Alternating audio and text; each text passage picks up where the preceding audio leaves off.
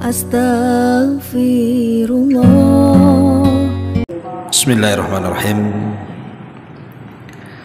Assalamualaikum warahmatullahi wabarakatuh.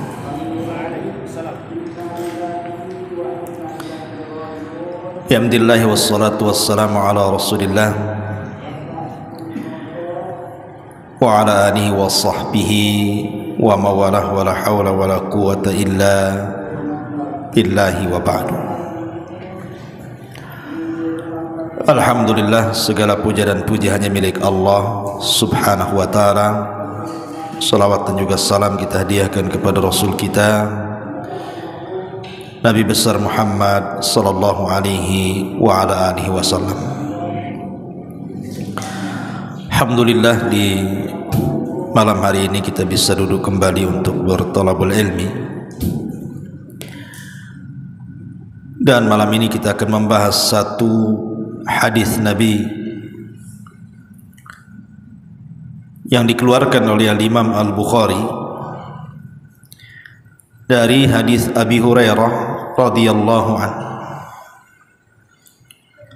Anin Nabi sallallahu alaihi wasallam qala: a'dharallahu ila imri'in akhara ajalahu hatta balagha 60 sanatan. Allah subhanahu wa ta'ala mencabut uzur kepada siapapun yang diakhirkan ajalnya sampai dia mencapai usia 60 tahun. Hadis ini memberikan faedah kepada kita tentang bahayanya orang yang sudah berusia 60 tahun tapi tidak kunjung dapat hidayah.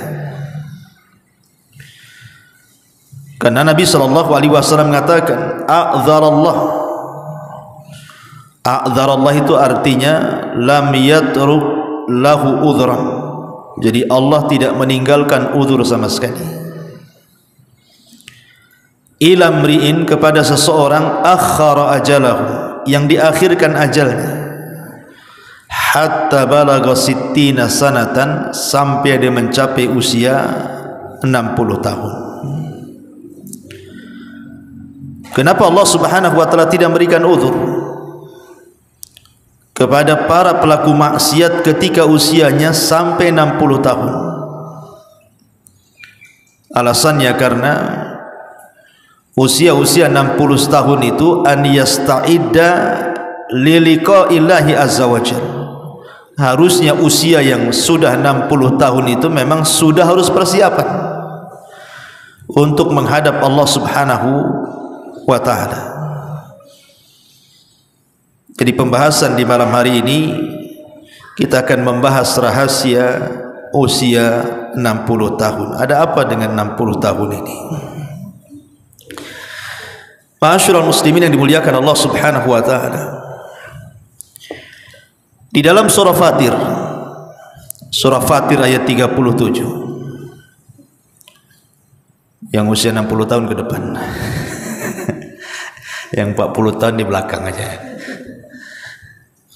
Dalam surah Fatir ayat 37, Allah subhanahu wa ta'ala berfirman, wa hum yastarihuna fiha Rabbana akhrijna na'mal salihan ghairal ladzi kunna na'mal. Dan mereka penduduk neraka akan berteriak-teriak, kemudian mengatakan, ya Rabb, keluarkan kami dari neraka, niscaya kami akan mengerjakan kebaikan yang berlainan dengan yang telah kami kerjakan dahulu. Ini janjinya penduduk neraka. Kalau mereka dikeluarkan dari neraka, mereka akan bertobat. Bahkan mereka akan beramal lebih giat dibandingkan sebelum mereka masuk neraka. Itu janji penduduk neraka. Tapi Allah subhanahu wa ta'ala katakan, awalam nu'ammirkum ma yatadzakkaru fihi man tadzakkar wa ja'akumun nadhir. Kata Allah Subhanahu wa taala, bukankah kami telah memanjangkan umurmu untuk dapat berpikir bagi orang yang mau berfikir. Wa ja'akumun nadhir, dan telah datang peringatan kepada kalian.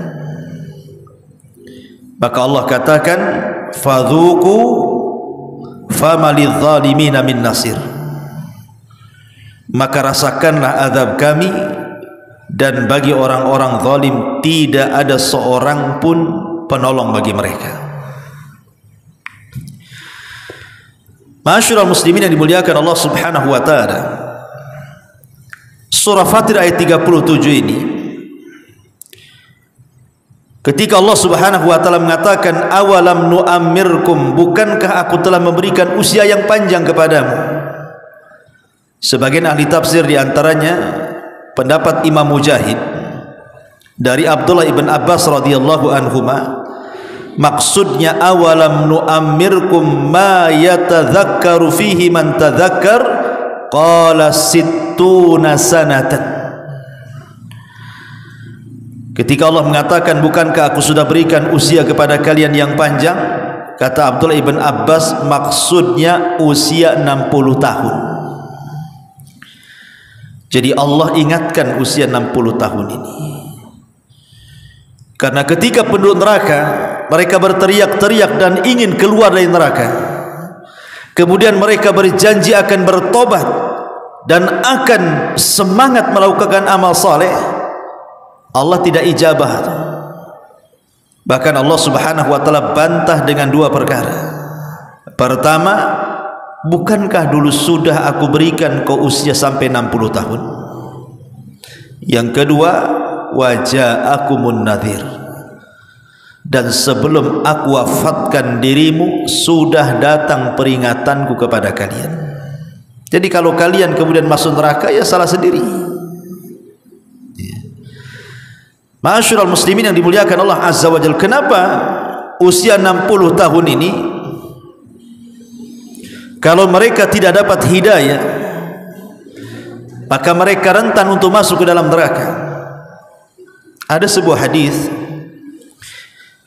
Nabi sallallahu alaihi wasallam mengatakan, "Thalathun la yanzurullahu, thalathun la yukallimuhumullahu yaumal qiyamah, wa la yanzuru ilaihim, wa lahum adzabun alim," kata Rasul.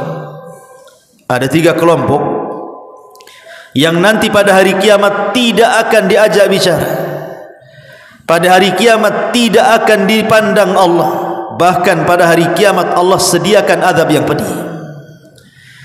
Kemudian Rasul menyebut salah satunya apa? Syaikhun zanin, orang yang sudah tua renta, kakek-kakek, tapi masih berzina. Kenapa Nabi SAW memfokuskan kakek-kakek yang berzina? Bukankah anak muda lebih banyak melakukan zina dibandingkan orang tua? Karena Nabi SAW ingin katakan bahwa kalau seandainya orang ini sudah tua, sudah 60, sudah 70, kemudian masih juga berzina, berarti memang kakek ini tak tahu diri. Dia tidak paham bahwa dia itu sebentar lagi akan mati. Berarti yang mendorong dia maksiat itu karena buruknya akhlak dan kebiasaan hidupnya. Karena orang yang sudah tua, apalagi sudah 70 tahun kemudian berzina, apa pendorongnya? Tidak ada pendorongnya. Kalau anak muda berzina mungkin syahwatnya masih meluap-luap, wajar, akhirnya terkalahkan dengan syahwatnya, berzinalah anak muda. Tapi kalau sudah tua, sudah kakek-kakek, sudah renta, tenaga tak ada, syahwat kurang, mata sudah rabun, telinga sudah budak, kok masih berzina, ini gimana ceritanya? Makanya kemudian para ulama mengatakan orang yang sudah tua berzina lebih besar dosanya dibandingkan anak muda berzina. Ma'asyiral muslimin yang dimuliakan Allah Subhanahu wa taala, jadi usia 60 tahun itu harusnya orang itu sudah lebih dekat kepada Allah. Makanya kata Imam Ibnu Hazm rahimahullahu taala, Dia mengatakan hendaklah usia-usia tua itu mereka sudah harus tinggal di masjid, harus banyak duduk-duduk di masjid. Karena apa kegiatan orang yang sudah tua, apalagi sudah pensiun kan? Tinggal duduk di masjid aja lah dari maghrib sampai ke isya gitu ya. Nanti dari subuh gitu, habis subuh sampai ke syuruk. Nanti dari zuhur sampai ke asar gitu ya. Kalau udah tua apalah kerjaannya? Harusnya kata Imam Ibnu Hazm, seharusnya orang yang sudah sepuh itu harus memperbanyak tinggal di masjid. Karena perjalanan dia sudah dekat. Ma'asyiral muslimin yang dimuliakan Allah Azza wa Jalla. Lah di sini Allah Subhanahu wa taala setelah mengingatkan usia 60 tahun dan Allah katakan awalam nu'ammirkum ma yatadzakkaru fihi man tadzakkar. Kemudian Allah mengatakan waja'akumun nadhir. Dan telah datang peringatan kepada kalian. Apa peringatan di sini? Ada 6 penafsiran para ulama tentang makna peringatan dalam surah Fatir ini. Yang pertama, maksudnya telah datang peringatan kepada kalian, artinya Rasul sudah diutus, sehingga tidak ada uzur lagi kalian untuk berpaling dari Islam, karena Nabi sudah diutus. Dan ajaran Nabi SAW sudah sampai kepada kita lewat para ulama, lewat para asatidz. Tapi kenapa kalian tidak mendengarkan peringatan-peringatan itu? Berarti tidak ada uzur lagi. Yang kedua yang dimaksud adalah Al-Quran. Al-Quran di hadapan kita. Dan alhamdulillah Al-Quran sekarang ini dicetak banyak-banyak. Di masjid ada Quran, di rumah ada Quran, di handphone ada aplikasi Quran. Kalau orang sudah tua 60 tahun kok tidak baca Quran, itu sudah nggak ada uzur bagi dia. Karena Quran sudah diturunkan. Ini yang kedua. Yang ketiga, umur itu sendiri. Umur itu sendiri. Ada yang mengatakan bahwa awalam nu'ammirkum di sini artinya 40 tahun, ada yang mengatakan 60 tahun. Tapi saya ambil 60 tahun. Karena pembahasan kita bicara soal 60 tahun. Jadi di antara peringatan yang Allah Subhanahu wa taala berikan kepada orang-orang yang sudah tua itu adalah umur itu sendiri. Di mana Nabi SAW membatasi umur umat Islam itu berkisar 60 sampai 70 tahun saja kan. Kata Rasul, a'maru ummati baina sittin ila sab'in. Usia umatku itu berkisar 60 sampai 70 tahun saja. Artinya kalau sudah 60 tahun sisanya tinggal 10 tuh.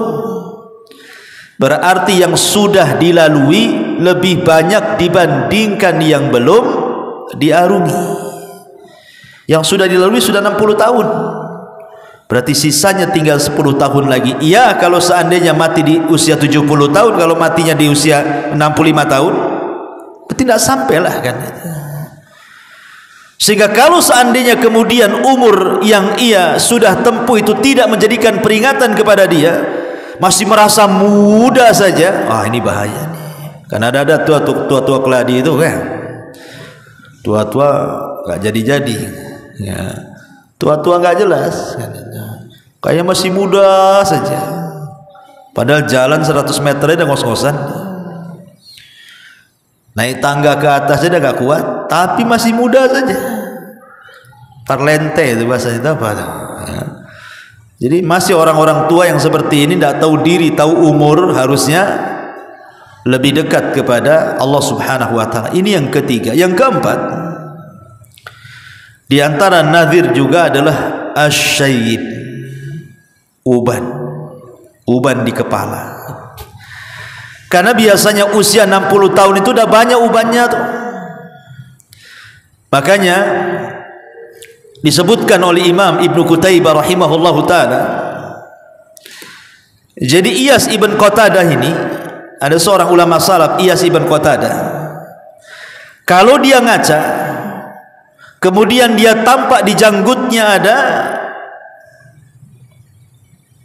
rambut putih ataupun uban, maka dia akan ngomong sendiri dan mengatakan aral mauta yatlubuni, sesungguhnya aku sudah melihat kematian itu sudah mencari aku, katanya.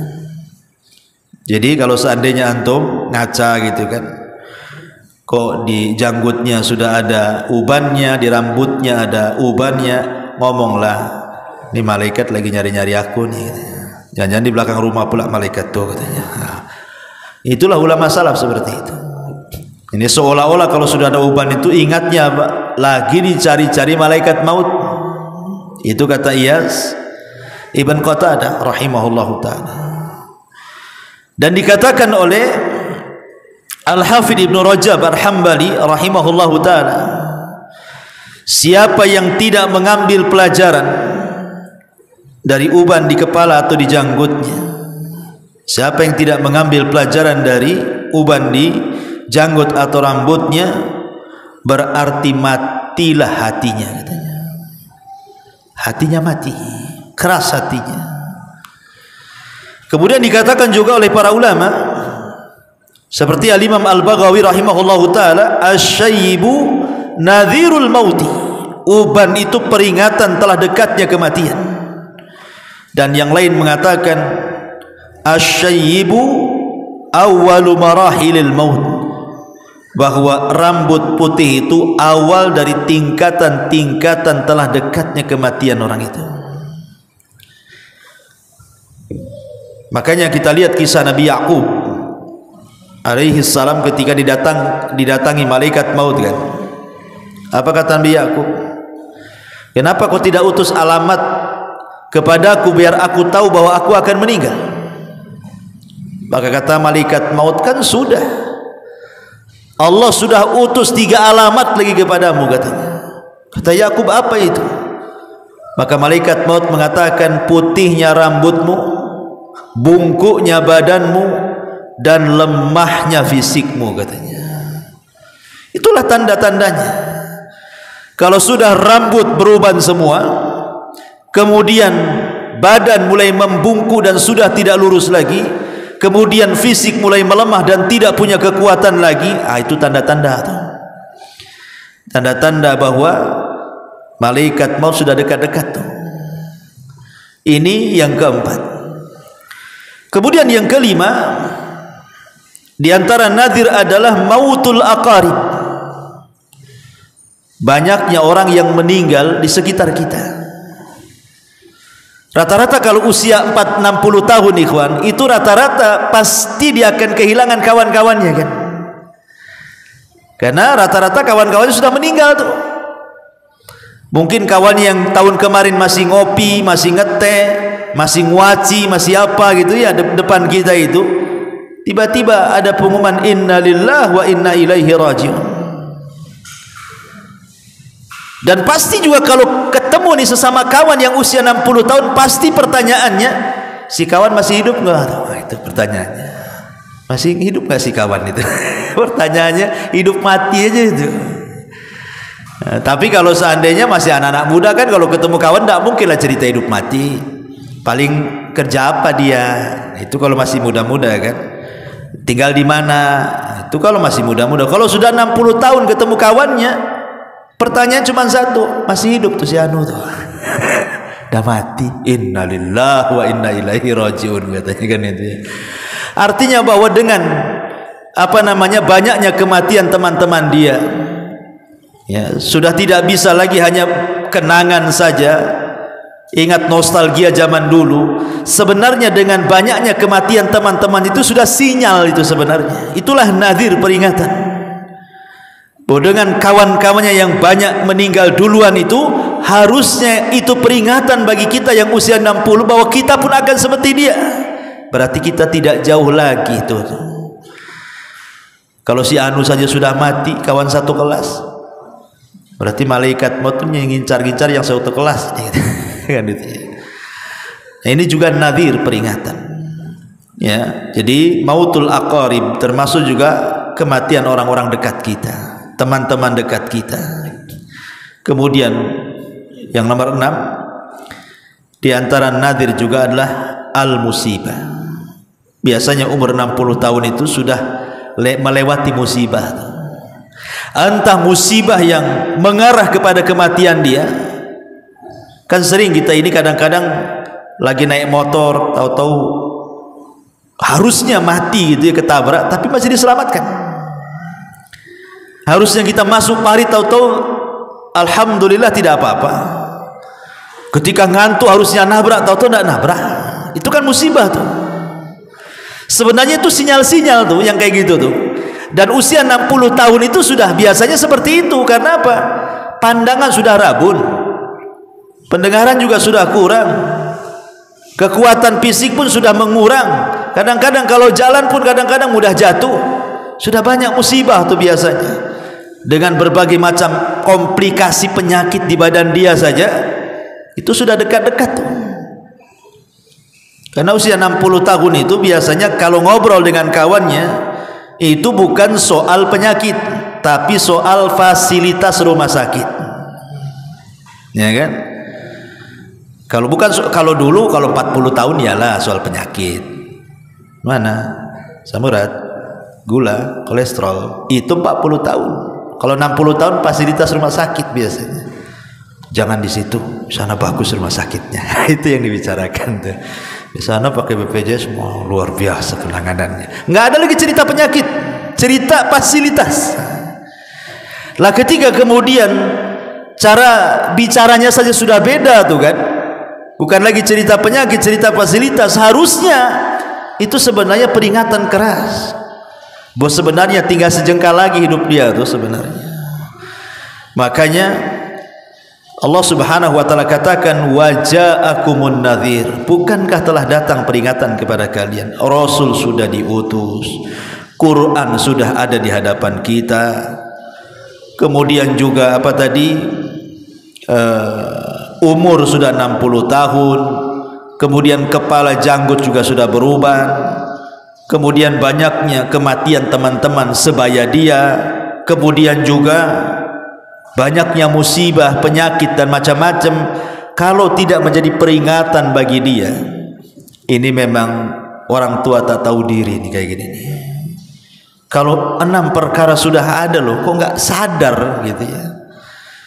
Memang su'ul khotimah itu.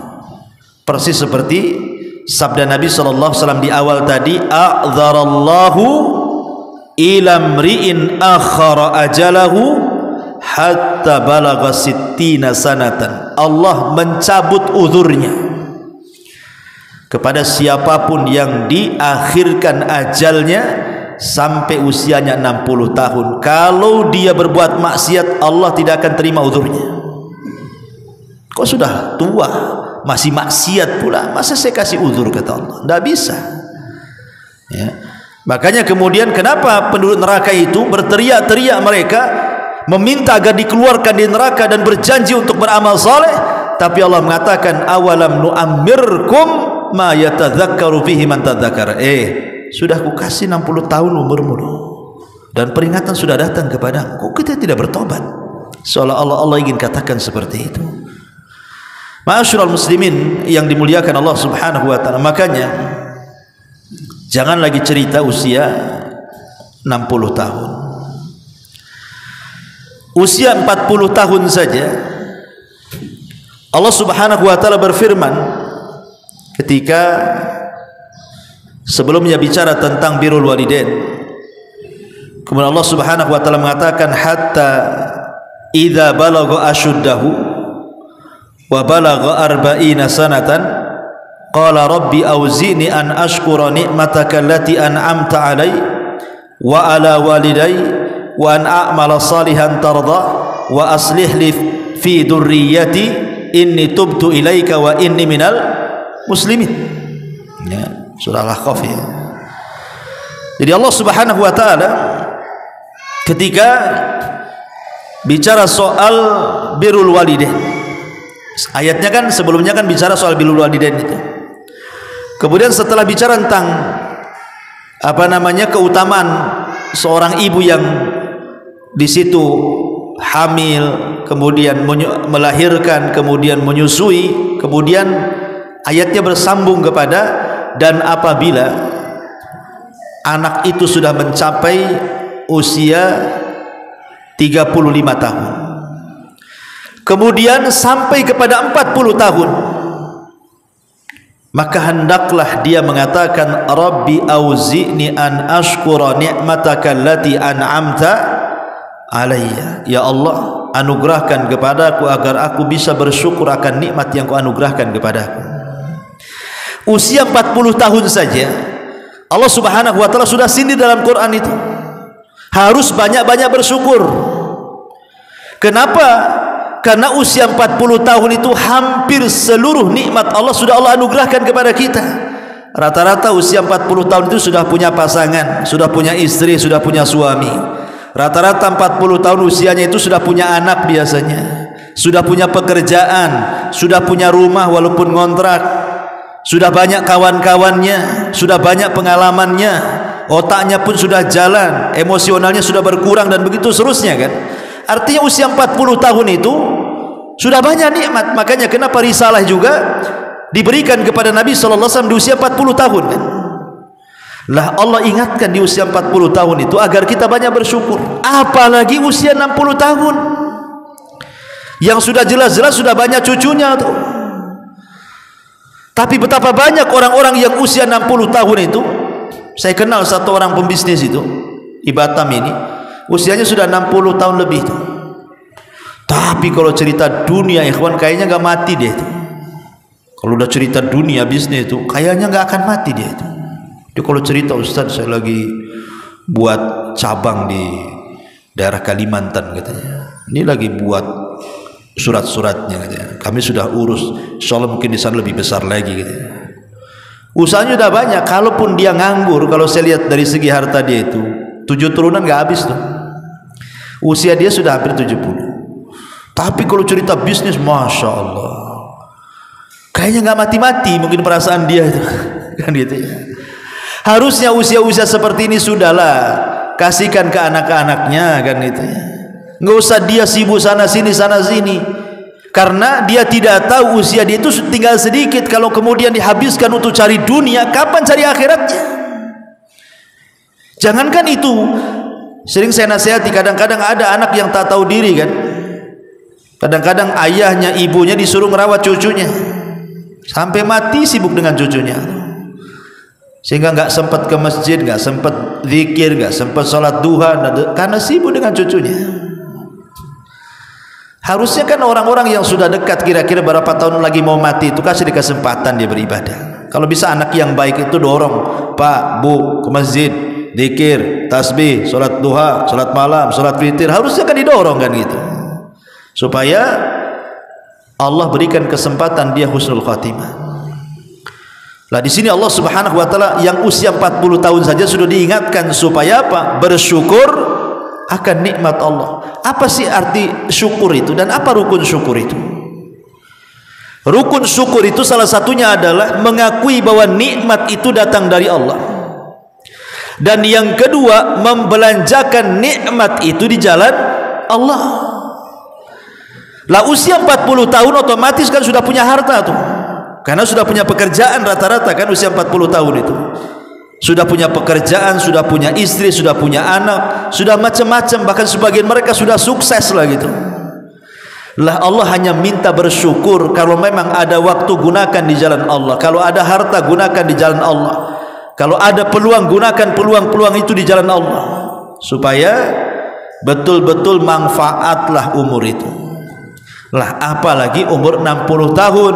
Makanya Rasul mengatakan dalam sebuah hadis, khairukum man tala umruhu wa hasuna, buruk kalian man tala umruhu wa sa'a amaluhu, panjang umurnya buruk pula amalnya. Itu seburuk-buruk orang. Ma'asyiral muslimin yang dimuliakan Allah Subhanahu wa taala. Maka dari sini kita perlu mengambil ibrah pelajaran tentang pentingnya memanfaatkan waktu. Ada satu perkataan yang bagus sekali dari Abdullah ibn Mas'ud radhiyallahu anhu. Abdullah ibn Mas'ud radhiyallahu anhu. Apa kata Abdullah ibn Mas'ud radhiyallahu anhu? Dia mengatakan, ma nadimtu, kata Abdullah ibn Mas'ud, ma nadimtu ala syai'in, tidaklah aku menyesal terhadap sesuatu, kata Abdullah bin Mas'ud. Ma nadimtu ala syai'in nadami, tidaklah aku menyesal akan sesuatu ketika matahari itu telah terbit, yang sebelumnya tidak terbit. Kemudian dia mengatakan naqasa fihi ajali wa lam yazid fihi amali. Ma nadimtu ala syai'in nadami ala yaumin gharabat syamsuhu naqasa fihi ajali wa lam yazid fihi amali. Aku tidak pernah memiliki penyesalan yang dalam, kata Abdullah bin Mas'ud, dibandingkan dengan penyesalanku akan berlalunya satu hari dalam hidupku, tetapi amalku tidak bertambah sementara usiaku makin berkurang. Kata Abdullah bin Mas'ud, aku paling menyesal nih kalau satu hari ini kok nggak ditambah, kok sama aja amalan sekarang dengan kemarin. Amalan sekarang dengan minggu kemarin kok sama saja, nggak ada tambah-tambahnya gitu. Aku menyesal karena lewat satu hari seolah-olah lewat umur dia. Makanya Hasan Al-Basri rahimahullahu ta'ala, dia mengatakan, ya ibna Adam innama anta ayyam, wahai anak Adam, engkau itu hanya bagikan hari-hari. Fa idza dhahaba yaumun dhahaba ba'du, kalau sampai satu hari lewat dari kamu, berarti dari badanmu juga sudah berlalu. Kita ini ibarat hari, berarti kalau satu hari lewat berarti telah hilang sebagian badan kita. Makanya dia mengatakan adraktu aqwaman kanu ala awqatihim ashadda minkum hirsan ala darahimikum wa dananirikum. Kata Hasan Al-Basri, aku mendapatkan sebuah kaum di mana mereka memanfaatkan waktu-waktu mereka itu lebih besar dibandingkan waktu mereka mengurus dirham dan dinar kalian. Tentu karena Hasan Al-Basri kan seorang tabi'in, berarti cerita sahabat ya kan. Jadi kalau dia mengatakan aku mendapatkan sebuah kaum yang waktu-waktu mereka sangat berharga dibandingkan dinar dan dirham, itu maksudnya para sahabat. Ya, jadi para sahabat itu mereka lebih mementingkan kehidupan akhirat dibandingkan kehidupan dunia gitu maksudnya. Kalau kita kan terbalik kan gitu ya. Kalau kita lebih banyak mengurus dinar, lebih banyak mengurus dirham, tapi lebih sedikit mengurus akhirat. Itulah kebalikannya kita. Ma'asyiral muslimin yang dimuliakan Allah Azza wa Jalla. Makanya dia mengatakan ada satu kaum yang mereka bersih keras di dalam memanfaatkan waktu-waktu mereka dibandingkan dinar dan dirham mereka. Lihat Abdurrahman bin Auf. Ketika ada yang mengatakan riwayat ini dilemahkan, tapi masyhur kisahnya kan. Abdurrahman bin Auf ini kan datang dari Syam, bawa kafilah dagang banyak sekali. Saking banyaknya kafilah dagang itu, karena kan dipanggul dengan unta. Lah unta ini menginjak padang pasir, akhirnya jadi debu lah. Kemudian dihempas angin sampai debunya menutup kota Madinah.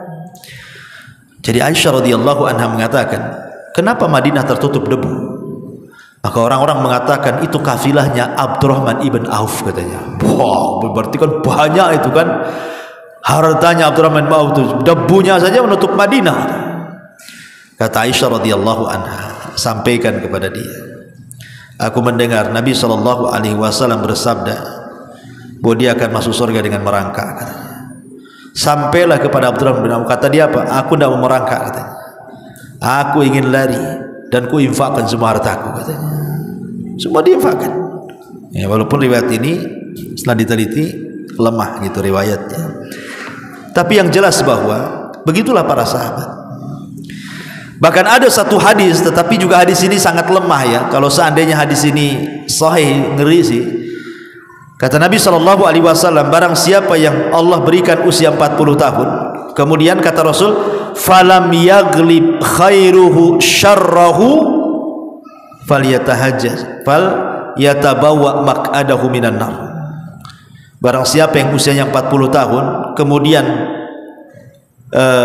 kebaikannya tidak sampai mengalahkan keburukannya, silahkan tuntun orang ini ke neraka katanya.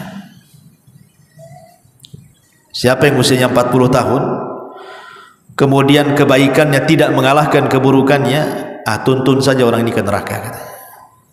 Coba kalau hadis ini sahih kan ngeri, tapi hadis ini dhaif jiddan, sangat lemah sekali dan tidak bisa terangkat. Tetapi kalau kita memahami hadis ini secara makna, ada benarnya juga. Karena usia-usia apalagi sampai 60 tahun kok kebaikannya tidak sampai mengalahkan keburukannya, alias keburukannya masih di atas kebaikannya, itu alamat su'ul khotimah namanya. Alamat su'ul khotimah. Kalau sudah tua kok masih berbuat buruk, tidak nambah kebaikannya, ya alamat su'ul khotimah orang kayak gini nih. Walaupun kita tidak bisa menunjuk person satu persatu gitu kan. Terkadang ada juga yang Allah kasih rahmat, mungkin dari kecil dia beramal amalan ahli neraka, kemudian di ujung hayat tiba-tiba dia mengamalkan amalan ahli sorga, akhirnya Allah masukkan ke sorga. Ada juga karena amal itu ditentukan dengan akhirnya kan. Tetapi siapa yang tahu bahwa akhir kehidupan kita itu seperti itu? Jangan berdalih dengan hadis ini. Gak apa-apa Ustaz, nanti aja lah saya tobatnya, katanya. Nanti kalau dekat-dekat mati saya tobat, katanya. Kan ada hadis, ya, seseorang beramal dengan amalan ahli neraka, tiba-tiba di akhir hayatnya dia beramal dengan amalan ahli sorga, akhirnya dicatat jadi penduduk sorga. Mudah-mudahan saya seperti itulah, katanya. Enak kali kalau ngomong itu kan. Ya. Iya kalau seperti itu. Apakah Anda tahu akhirnya seperti itu? Tidak tahu. Ya, kita tidak tahu akhir sandiwara kehidupan kita, semua sutradaranya Allah. Ma'asyiral muslimin, kita ini hanya dituntut fakullun i'malu fakullun muyassarun lima khuliqalahu. Sudah beramal saja, maka kalian akan dimudahkan dengan amalan itu. Fa amman a'ta wattaqa saddaqa bil husna fasanuyassiruhu lil yusra. Kalau memang dimudahkan amalannya, kebaikannya, Allah akan mudahkan lagi ke surga tuh. Tapi kalau sudah disulitkan amalan ke surganya, maka Allah sulitkan lagi menuju ke surga. Boleh jadi dibelokkan ke neraka. Fasanuyassiruhu lil usra. Jadi kewajiban kita ini hanya i'malu, beramal dan beramal. Karena kita tidak tahu ujung amalan kita apa kan gitu. Karena Rasul yang mengatakan i'malu fakullun muyassar. Beramalah karena setiap kalian itu akan dimudahkan terhadap apa yang kalian amalkan itu. Lima khuliqalakum, terhadap apa yang sudah kalian amalkan. Karena biasanya amal soleh itu akan melahirkan amal soleh yang lainnya, sebagaimana dosa juga akan melahirkan dosa yang lainnya. Kalau kita sudah terbiasa melaksanakan sholat 5 waktu, kemudian ingin meningkatkan dengan sholat sunnah duha, itu akan mudah. Ketika kemudian kita sudah melaksanakan sholat duha untuk meningkatkan amal soleh di malam hari, itu mudah. Kenapa? Karena sudah terbiasa dari yang wajib, ibadah siang naik kepada ibadah malam, pasti akan mudah tuh. Kenapa? Karena ibadah itu melahirkan ibadah yang lainnya. Sama dengan maksiat juga gitu. Maksiat itu melahirkan maksiat yang lainnya. Orang kalau sudah gemar satu maksiat, pasti akan gemar kepada maksiat yang lainnya. Orang punya utang tak mau bayar, mulai dia berdusta. Mulai dosanya tak mau bayar utang, nambah dusta. Kemudian sudah berdusta, marah-marah pula sama orang yang diutangi. Timbul dosa yang marah-marahnya. Kemudian tambah lagi ngasut orang pula. Dia yang utang, dia yang gibah kawannya. Mulai ngerembet tuh dosanya kemana-mana. Dosa itu melahirkan yang lainnya. Makanya kalau seandainya orang sudah tua kok tidak bertobat, itu merembet dosanya itu. Akhirnya dia meninggal dalam kondisi su'ul khotimah. Tapi kalau sudah tua dia memperbanyak amal soleh, nanti amal soleh akan melahirkan amal soleh yang lain. Amal soleh yang lain melahirkan amal soleh yang lainnya. Akhirnya boleh jadi Allah tutup dengan amal soleh yang terakhir dia kerjakan. Kan alhamdulillah. Ya, jangan menerka-nerka. Kapan tobat? Sudah 40 tahun nunggu 60 tahun Ustaz. Sudah 60 tahun kapan tobat? Nunggu haji Ustaz. Tak haji pun. Ya. Sudah haji tak tobat juga. Jadi kepala sabung ayam. Ma'asyiral muslimin yang dimuliakan Allah Subhanahu wa taala, intinya bahwa di sini Allah ingin peringatkan kepada kita dalam surat ini tentang bahaya usia 60 tahun kalau tidak bertobat kepada Allah Subhanahu wa taala. Wallahu a'lam bishawab. Ini yang bisa saya sampaikan. Subhanaka wa bihamdika asyhadu an la ilaha illa anta astaghfiruka wa atubu ilaik. Allahu ta'ala alam. Assalamualaikum warahmatullahi wabarakatuh.